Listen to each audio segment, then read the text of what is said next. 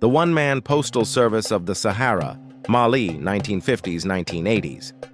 Before there were satellites or signal towers, before wires stitched the world together, there was only sand and silence.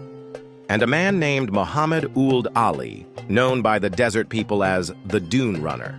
The beginning, he wasn't trained. He wasn't appointed, he simply walked. It began in 1952, in a sun-bleached village outside Timbuktu, where a mother clutched a crumpled letter that had taken 2 years to arrive. The ink had faded. The son it spoke of was already dead. That day, Muhammad stood up from his stool, tied a scarf over his head, and declared, "If the roads forget us, I will become the road." He slung a satchel over his back, filled it with handwritten letters wrapped in oilcloth, and stepped into the dunes. His compass was the sky. For the next 30 years, Muhammad delivered mail across more than 200 miles of open desert, on foot. Alone, with no map, no compass, no radio. He had only 3 tools: star maps tattooed down both arms, constellations inked in dark blue by his grandfather, a desert astrologer. By day, he covered them.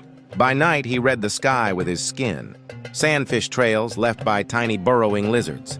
Muhammad followed their winding paths, knowing they led toward hidden oases and underground springs, and the whispering dunes, slopes that echoed voices for miles. He would hum a phrase, click his tongue, or clap twice and listen. The way the echo bounced told him whether a village or a canyon lay ahead. What he carried, not just letters, not just paper and ink, he carried love, death, hope. He delivered marriage proposals written in charcoal, news of new sons and missing brothers, apologies long overdue, a lock of hair from a dying father to his daughter. And sometimes he carried nothing at all, just a spoken message, memorized, repeated silently as he walked, then whispered word for word into the ears of the waiting.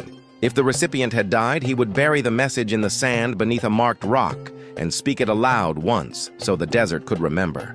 The Last Journey. In 1983, now 67 and thinner than a shadow, Muhammad delivered one final message.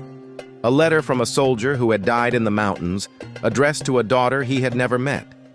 She opened it slowly, read in silence, then looked up. "How did you find me?" she asked. He only smiled, tapped his chest, and said, "The stars never lie." Then he walked into the horizon, barefoot, humming. He was never seen again. Legacy. In a small museum in Timbuktu, a cracked leather satchel and an old map tattoo needle sit beneath a plaque that reads, "Before there was connection, there was one man who carried it in his heart."